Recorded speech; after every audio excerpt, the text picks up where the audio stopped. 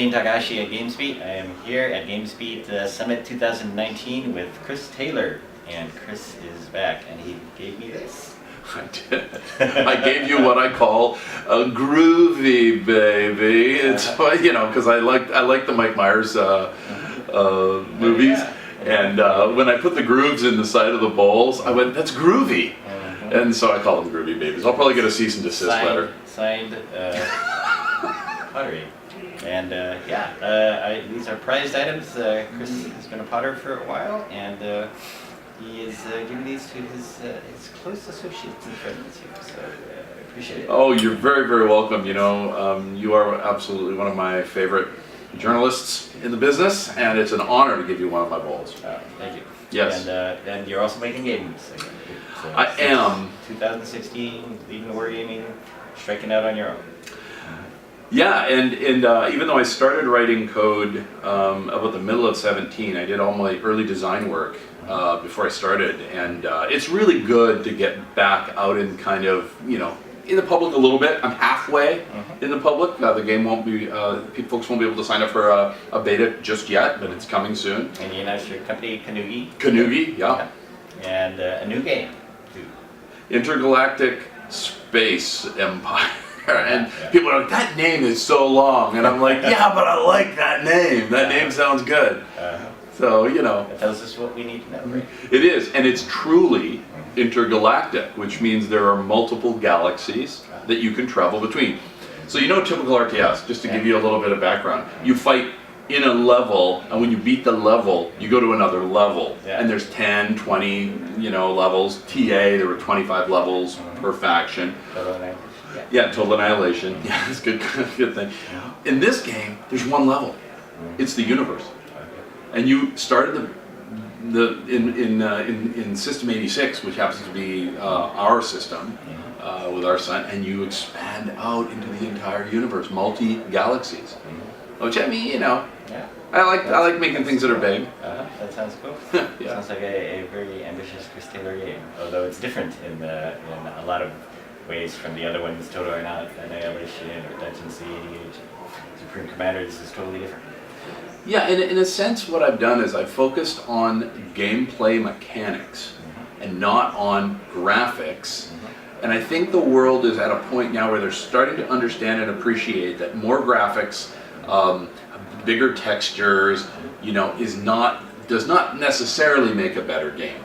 It puts a shine on a great game, but it doesn't make a game good all by itself. And so I start with absolutely core gameplay, and then I build up from there. And you've done it all yourself. And yes, I have the help though of a friend who's designing ships. My friend Dave, he's done an amazing job designing ships. I've written all the code. I actually prefer to write all the code. I don't want to have a bunch of engineers writing code because this, for me, is a very personal. It's a piece of art for me. I know people don't think of this stuff as art, but to me, it is art. And it definitely makes you an indie. Makes me an indie. And the platform is also interesting here. You are going on the web. Yeah, so to call it a web game, it's not as accurate as calling it a cloud game. Because, you know, when you have an RTS game, you have pathfinding, it's very expensive, and you have things like collision detection and the game sim, and these are all kind of expensive on the GPU, CPU. But I run all that on the cloud. And I just render in real time, not compress video. I render real time on the client, graphics and processor on whatever client. Yeah. And then I try to get down onto the GPU as fast as I can. So the difference between the GPU and the CPU is I can run the GPU with compiled WebGL code, which runs as fast as any game. So but nobody cares about that. But what they do care about is this runs on any web browser. Yes, and hopefully almost all over the world.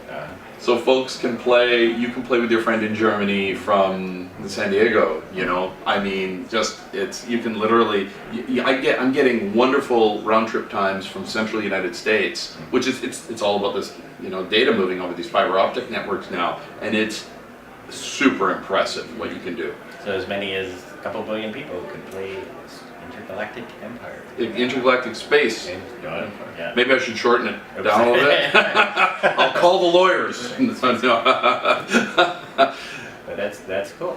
And you're able to do this because of technology, of things like Google. So Google, AWS, and Azure all offer somewhat competitive cloud solutions. Offer cloud, they have data centers all over the world. I'm using the Google Cloud. I haven't finalized that yet, but it's not really specifically married to that. It just uses that, and it's it allows you to do some really cool things, like you can have a bunch of folks in one part of the world that all wake up and play the game, but when they're done playing, you scale down the amount of servers that you're running in that particular part of the world. It's called autoscalers, and autoscale up, autoscale down, and that kind of technology is game changing. Because now, imagine if I was an indie developer and I had to go buy a bunch of server rack space, lease a bunch of rack space all over the world. I would need millions and millions of dollars, and then my business that I'm trying to, or my game platform that I'm trying to run, which would very much be a business because it'd be all about those dollars that you're trying to invest. Well, I don't have to do any of that. I can just if there's nobody playing in Eastern Europe, then there's no servers running, and there's no cost. So it's a very, very powerful and flexible way to deliver games. Cool. Very good. Well, Chris Taylor, back in action. It'll take you a couple more years to finish this, I guess?